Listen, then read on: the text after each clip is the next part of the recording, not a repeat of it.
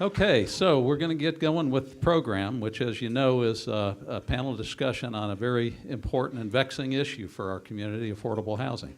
And we've got two panelists, Julie Porter and Ed Driggs, and our moderator today is going to be Maura Quinn. So if you guys could kind of come on up and get situated, I'll introduce Maura real quickly, and she'll say something briefly about Ed and Julie. You know, for those of you that don't know Maura, she's one of the great ambassadors of our region, and she's been that for as long as I can remember. Fortunately, I still can think back and remember quite a ways. When my better half, Catherine, and I moved to Charlotte, we tried to figure out how we could learn as much as we could about the region and absorb what was happening in the region. And we did that a lot of times by dialing into, and you used to have to dial in, to a show called PM Magazine. And it was one of the original talk/feature shows on television. And I must say, Maura, today's talk shows are poor substitutes for the original that she did. Anyway, Maura was producer of that PM Magazine show. She co-hosted it with Bob Lacey. I know many of you remember it, probably a good number of you don't. But Maura and Bob were windows into Charlotte's DNA for Kathy and me. And you know, it was obvious from watching them what was happening here in our city and why we've accomplished so much since. Once an ambassador, always one. And Maura, fast forwarding through the tape, ended up going to Center City Partners, Charlotte Center City Partners in 2002 as the Chief Operating Officer, where she promotes the economic and cultural development of our urban core. Along her career path, Maura's picked up all kinds of accolades, too numerous to mention, so I'll dispense with that and do my best Bob Lacey impression by first getting out of Maura's way, which he always did, and saying, as Bob did, "Over to you, Maura." Let's give Maura a big round of applause and a Charlotte Rotary welcome. Thank you, President Mike. I appreciate it. Thank you very much. That was very kind. I appreciate that very, very much. We're so thrilled to be here on behalf of Julie and Ed. I want to start by saying we're so thrilled that you want to hear about affordable housing. This is a really important topic. It's important to all of us here. And I am going to start by assuming that most everyone in this room got up this morning from a warm bed in a safe home that you can afford. You have a door that you can lock. You are not like the tens of thousands in our community whose rent has escalated out of reach or whose taxes have escalated out of reach, so they have lost their housing or they are housing insecure. Housing insecure means you are living on the razor edge of affordability. It means any event could cause you to lose your home. Rent escalation, illness, losing a job, a sick child. And then what happens? Do you go to a shelter? Are you sleeping on someone's couch until they get tired of you and you can find a place again? Are you living with family until they get tired of you and kick you out? This is reality for so many people in our community. Probably not reality for most of the people in this room. And so this is not a reality that we face. It's not something that we think about. Housing in our community is expensive. Now, that's something that we all know. As of October 2018, average rent for an apartment in Charlotte, North Carolina is about $1,400 a month. And that's a 3.79 increase from last year when the rent was $1,346. And it's a 1.79 decrease from last month when the rent was $1,424. Almost $1,400 a month for rent. That's an average. One-bedroom apartments in Charlotte rent for $1,235 a month on average. Now, you can find less, but that's the average. That's from Rent Jungle. Now, you can find really less ones, but Zillow agrees on that rent pricing. Now, that's just rents. According to Zillow, the median home value in Charlotte is $218,900, average.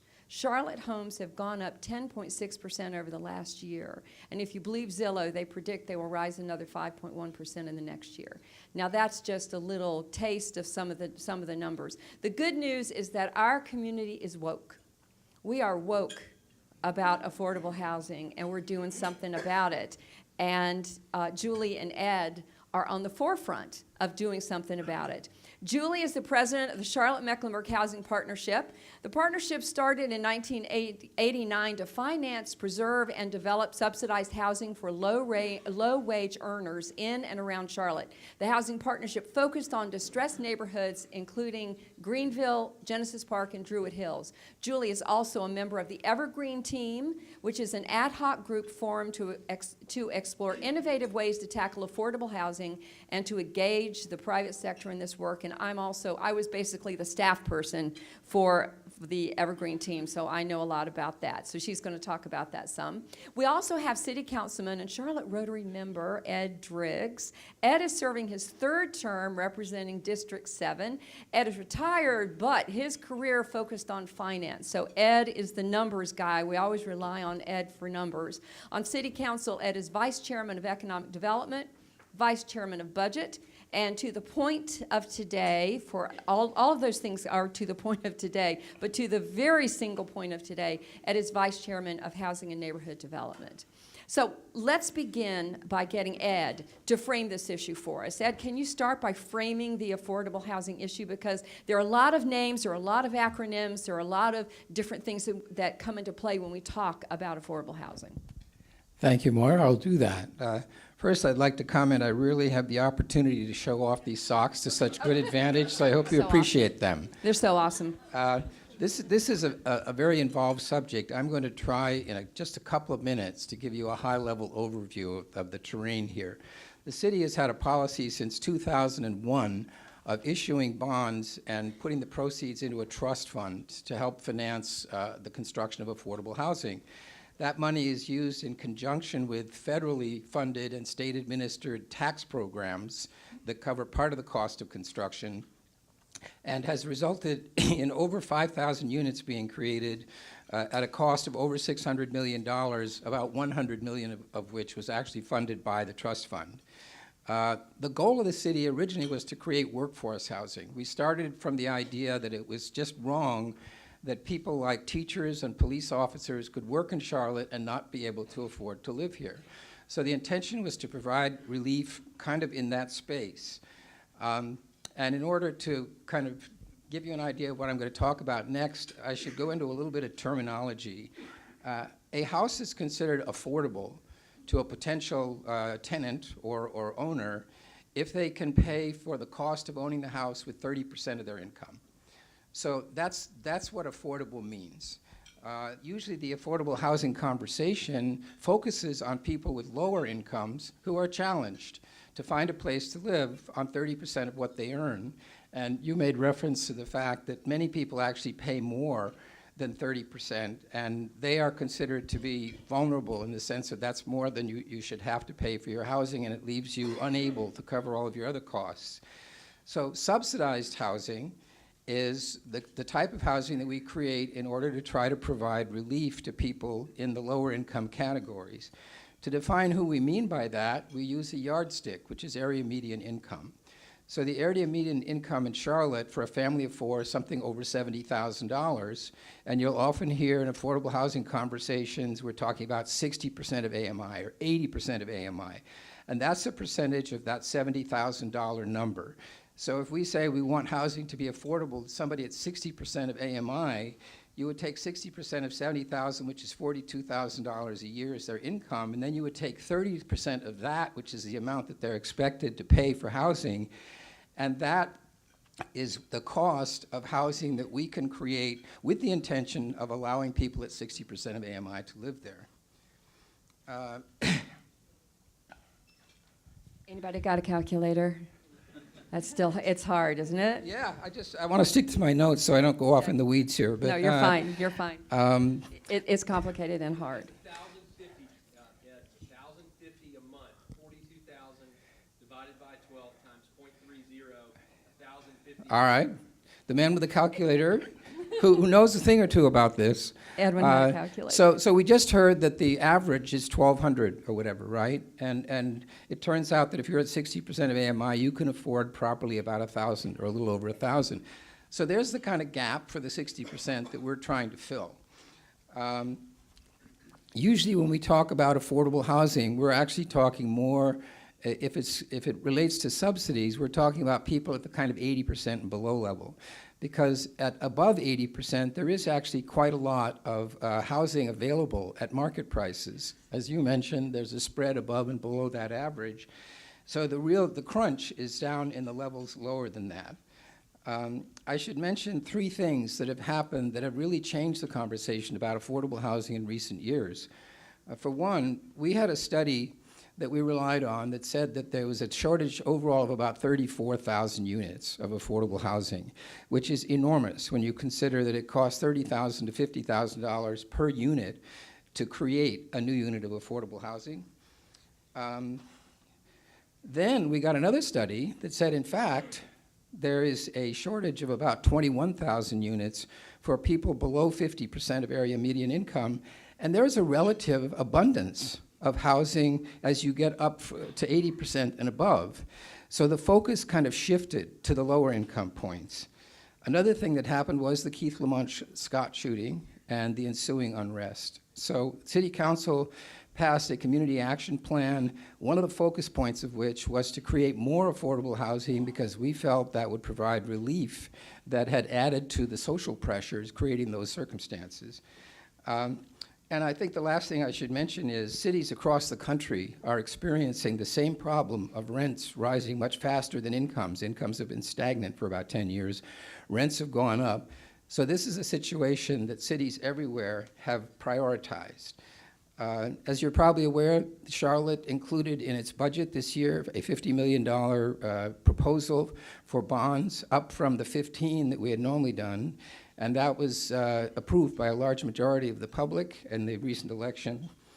In order to make sure that that money is used effectively, we worked in the Housing and Neighborhood Development Committee and on council to create a framework for housing, to get clearer about exactly how we were going to use the money, what the most effective way was to create units, to define what units we wanted to create, and also to try to preserve the naturally occurring housing that we already had. Because what's been going on is rents have been rising and gentrification. Properties are being torn down to make way for new expensive units. So that erodes the availability of accessible housing and is part of our overall plan to try and create more units. One of the primary goals in that framework is we want to create dispersion of housing. We don't want high concentrations of low-income housing in certain areas. So we also have a location policy that says that we will create these units. It used to be kind of a hard brick wall kind of thing. There will be no new affordable units where there are too many existing ones. We realized that that was too limiting and kind of got in the way of pursuing our other goals, which is a greater number of units at more accessible price points. So we've now come up with a new location policy that has a scorecard system for kind of assessing where the best value is in new projects.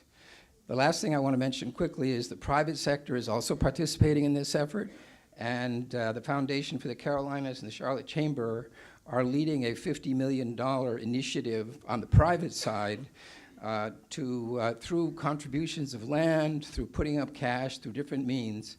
And the efforts of the city and of the private sector will be coordinated by an organization called LISC, which is a consulting group based in New York specialized in things like this.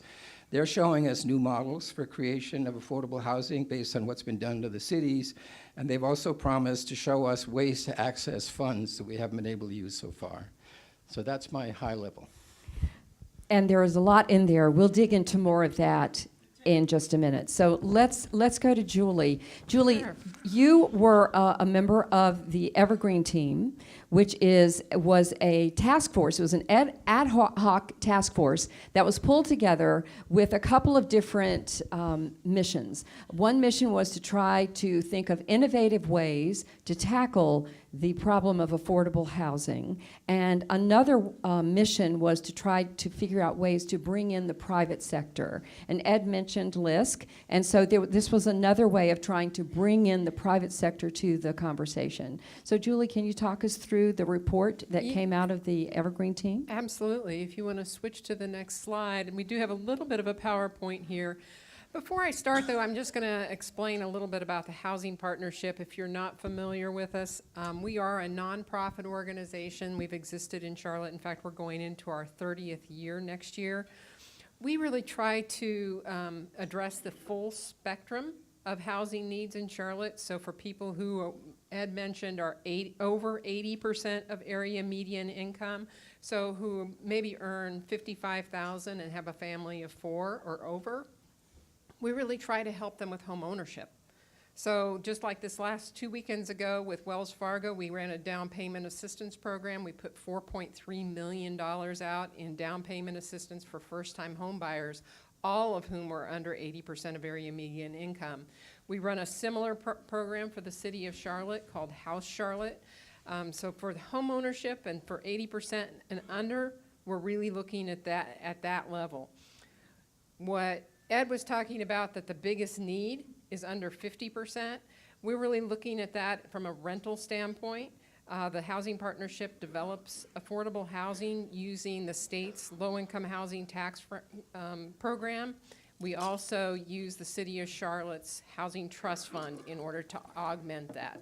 As Ed mentioned, it takes about $30,000 in subsidy to develop a single unit of affordable housing. The rest is leverage through loans and also through tax credits, so that there's really good leverage on the city's money. For those who are at 30% of area median income, that's also a rental product. It requires a tremendous amount of subsidy because the cost to develop that unit is about, or actually the cost to maintain that unit on an annual basis is about $4,500. It only brings in about $3,000 in rent. So for every unit at 30%, the lowest of the low that you create, you have to have a balance of other units. So those are two of the things that we do. We also work in certain neighborhoods in Charlotte along Statesville Avenue where we've done a lot of redevelopment work. I was really pleased to be a member of the task force for Evergreen. As Moira mentioned, mission is to come up with some new and innovative strategies where the private sector can really dig in on the affordable housing issue, knowing that if we don't have places in Charlotte, houses, apartments, where workers can locate that are within their price range, we're going to have a hard time recruiting new businesses into Charlotte. And so the private sector has taken this on, and that was its primary mission. The team that came up with the Evergreen was really led by Jim Doolin. If anybody knows Jim, he was head of Spectrum Properties here. He has taken this on as kind of his private initiative, and along with Michael Smith and Center City Partners said, you know what, we're going to look and see how the private sector can help.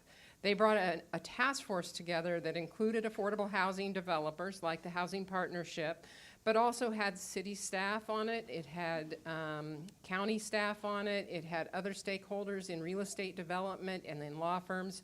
A lot of civic leadership in Charlotte were part of the task force, coming up with these innovative ideas.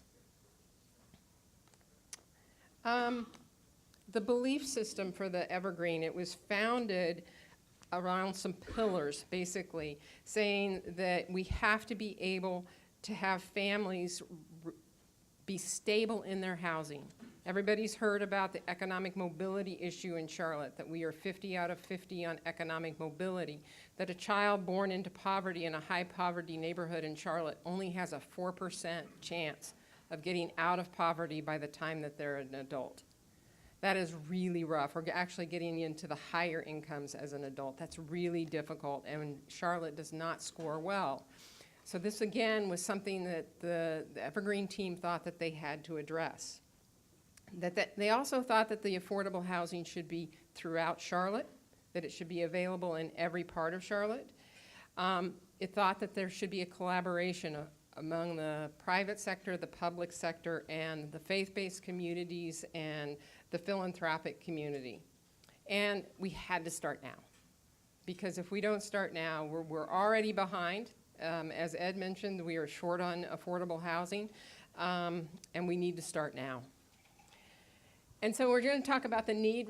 Ed really framed this extremely well. What we look at it right now is that 21,000 unit deficit for those who are under 50% AMI, area median income and under, about 35,000 for a family of 4. So that is the deficit that we're trying to help with. Ed also mentioned naturally occurring affordable housing, which is basically apartments that rent for a modest amount. The rents in Charlotte have been seeing 30 to 40% increases over the last few years. And I'll just give you an example. We're looking at an opportunity right now to purchase a NOAA. I know it's a bad acronym, but it's naturally occurring affordable. And its rent has risen from $750 3 years ago to $1,050 today. And the investors are swooping in on this property knowing that they might be even able to get a little bit more upside on that rent. So they're going to be pushing that rent even higher. And what's happening is we're having a lot of displacement of low-income families. And in fact, in the last 3 years, 18,000 units have flipped from NOAA into higher rents, so that they're outside of the reach of those 60% in area low-income families. So the Evergreen team worked for a solid year, and they came up with a number of bold ideas. You'll see them on the board. I'm only going to talk about a couple of them. The first one is to form a team that is working on affordable housing. The second is to create coordinated land policies and construction-ready sites. We know that, like the city, the county, the school district, and others, faith-based organizations, have land. But that land needs to be consolidated, and it needs to be proactively zoned so that affordable housing developers can get in there and purchase it and begin developing affordable housing quickly. Bold idea 3 is to create a charitable investment fund, and it marries with bold idea 4, which is recruit and facilitate a social impact capital. Ed was talking about the fact that the Foundation for the Carolinas is trying to develop a $50 million fund to match the City of Charlotte's $50 million housing trust fund. They've already, I think, garnered quite a few. I don't think they're ready for any announcements or anything like that, but I know that they've got at least $10 million that has already been committed to that fund. And we're going to be able, affordable housing developers are going to be able to use that for capital, equity capital, at very low interest rates to marry with the Housing Trust Fund bond and tax credits in order to get our projects moving. That's something that was recommended in this report that came out a few years ago that has already seen a tremendous amount of traction. The other ideas are to simplify processes. That's in process at the city and the county, to acquire and preserve naturally occurring affordable housing, and to expand some creative financing tools such as TIF. And then I think the last one is the challenge that you've probably actually thought about today, because we've been talking in acronyms, and we talk about area median income, and we talk about it as affordable housing. And sometimes people have in their head what affordable housing looks like today, and it is not what is being built today as affordable housing. And I think everyone feels that we need to find better language for affordable housing, because it just doesn't convey what stability means to families. Families who don't have a roof over their head, who are worrying about how they're going to put a meal together for their kids, are not thinking about how they're going to get ahead in life. They're thinking about the roof on their head. And so we have to solve that in Charlotte right now. So those are the bold ideas, and hopefully I've covered them fairly well. You did indeed. So let's talk for a second. I'm very interested in NOAA, which is the naturally occurring affordable housing. It seems to me, and it seems maybe to others, that might be some of the easiest housing. It seems to me the housing you have is the least expensive housing to keep. rather than building housing from the ground up, taking housing that you have and figuring out how to keep it. What is is there a plan to do that? What is the difficulty? What are the barriers in doing that? Because I think there probably are barriers. So Ed, would you like to talk about that?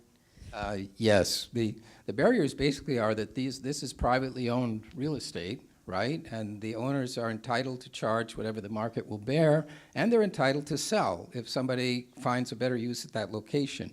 So what we have to do as a matter of policy, if we want to protect and preserve that housing, is essentially buy it and put deed restrictions on it, which turns out to be actually a cost-effective solution as well, because instead of creating shiny new units, you're taking very livable but older facilities and you're refurbishing them, and then you're putting in place a deed restriction, which is how this works. So when you talk about affordable housing, what you're saying is, I'm going to make an investment, and I'm going to associate with that investment the requirement that this housing be sold or rented at rates that are accessible to somebody at X, Y, or Z level of income. So one of the cornerstones of our housing framework is to try to protect the stock we have of affordable housing, also with an idea of preserving the character of neighborhoods. Like some of the neighborhoods where this affordable housing occurs embody Old Charlotte. And it's kind of sad to see them destroyed. So that is a piece of what we're doing. It does require investment because you have to buy, to refurbish, and then to re-let with those deed restrictions. Right. Julie? Yeah, and I'll just mention it from a kind of a developer standpoint and an investor. Where we have struggled with NOAA is just competing. I would never ask anybody who is a private, real estate owner to take anything less than what the private market is going to garner for that unit. That's just not fair. So that means I, as an affordable housing developer, need to be able to compete on that playing field. I need to be able to bid for that property that might be on the market as if I was going to raise the rents. And then I can't raise the rents. Because if they're saying, well, look, there's an upside, there's $200 a month upside in every single one of these apartments with just a minimal amount of investment. And so I'm going to bid maybe 20% or 30% more than what the current rent structure would garner. So then me as affordable housing developer, I have to bid as if I was going to do that. But because of my mission as a nonprofit organization, I want to keep rents level. I even want, in some cases, to lower them so I can serve a few of those units at 30 to the lowest of the low incomes. So what that's going to require, and I think that the city of Charlotte is probably prepared for this, is it is going to require some subsidy from the city, hopefully not as much as a brand new unit. Because what we're looking at is, hey, if we can just put 10,000 into these, they will be highly livable for a number of years. Most of them have a lot of useful life left in them. And then, you know what happens at the end? If the apartments need to be torn down 15 years from now, 20 years from now, I still own the land. And I can create more affordable housing. I think it's an incredible opportunity. I think it's going to be tough. But we're up for it. We've got bids in on 3 of them currently. I have other questions, but I imagine you have questions too, and I'm cognizant of the time. I know 1:30 is when we all turn to pumpkins, so yes, sir. In the meantime, while we're trying to rush to service the needs that affordable housing face with, what are you guys familiar with Community Link? Yeah, we're a nonprofit. We do several of the same things. That we have a home ownership center that does foreclosure prevention, and then we also help seniors with tax abatement, and then we do home buyer counseling and down payment assistance. About 7 or 8 years ago, Jack Kemp was here, and he spoke at a Community Link fundraiser breakfast.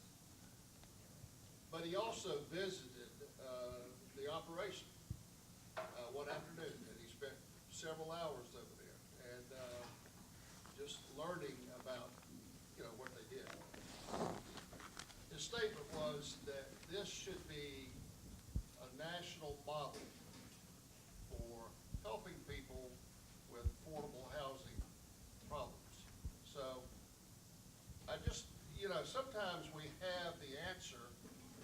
whole answer by any means, but part of the answer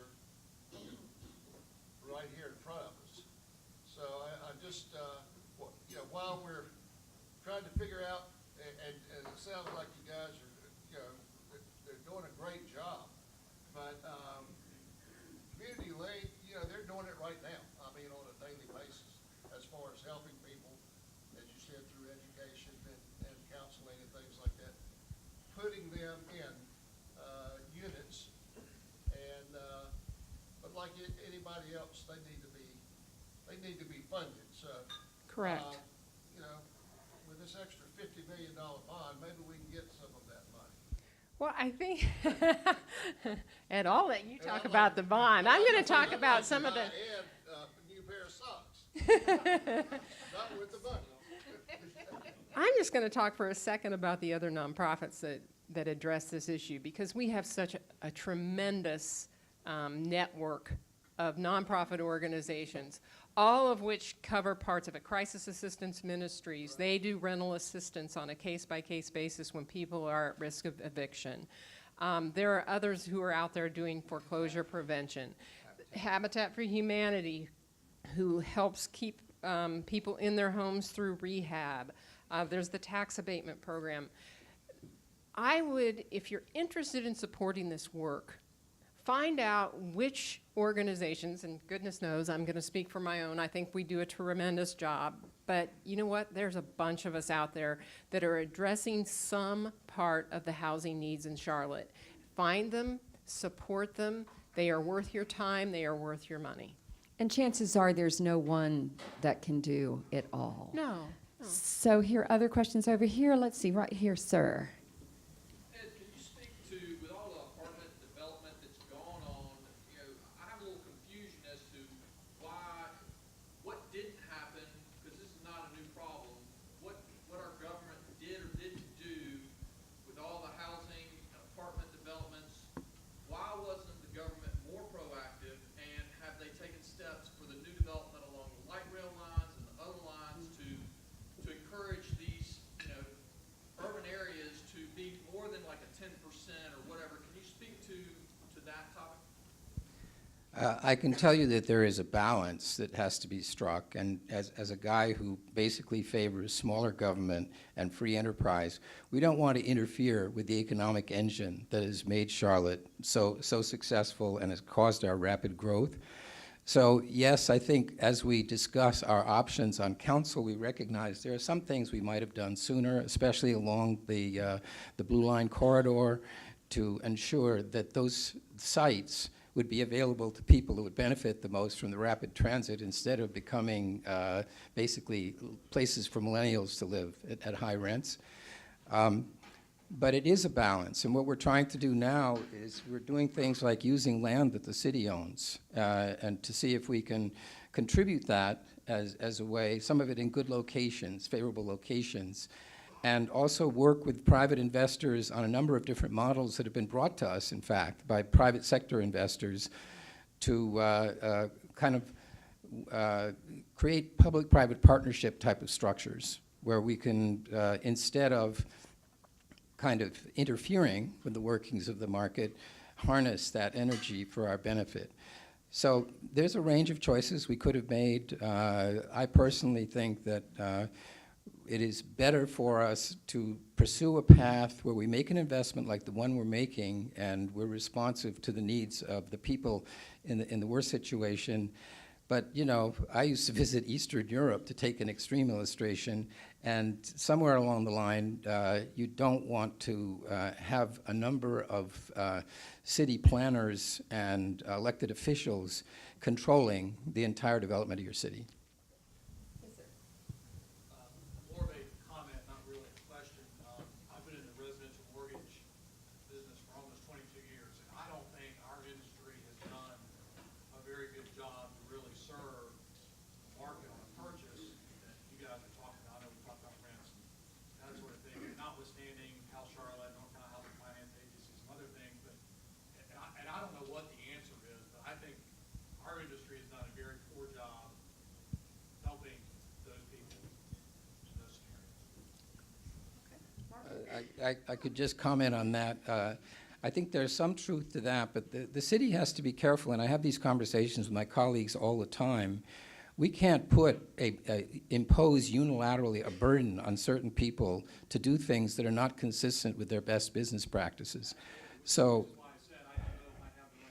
right. So I think the right answer, though, is right now, because of the recent activity and the chamber and everything else, the desire on the part of businesses to pay attention and see if there is something they can do without compromising the interests of their shareholders is greater than it has been. And we're hoping to see new opportunities for public-private cooperation that include, for example, education of tenants, so that if you have a loss ratio problem because of non-payment of rents and so on, Habitat works for a long time before somebody moves into a house to kind of make sure that they're financially smart and that they are going to be good obligors on their mortgages. I just kind of echo that sentiment. I think they do a tremendous job, Habitat does. I do think there are businesses now that are really looking at this from a standpoint of, can we, as an independent business, help our employees get into a house? Maybe instead of, tapping into the City of Charlotte's down payment assistance program, they can create their own down payment assistance program for their employees. I've seen a few that are happening in other states that are doing that, big employers, and it's not just in the West Coast states, it's everywhere, that are saying, you know what, my employees have to live here too. Okay, final question for Mark. I wonder if either or both of you could comment on your position with regard to the tiny homes. You're probably familiar with Vail, Arizona, which is building tiny homes for the teachers, firefighters, and you share your thoughts. Well, it's funny. I just came back from Savannah a couple of weekends ago, and they've got a tiny home project, 22 homes for veterans, that I actually toured. That was, I think, a very good model. Very difficult, more difficult than they thought it was going to be. I don't think it's, a solution for everybody, because, of course, families in a tiny home don't necessarily mix.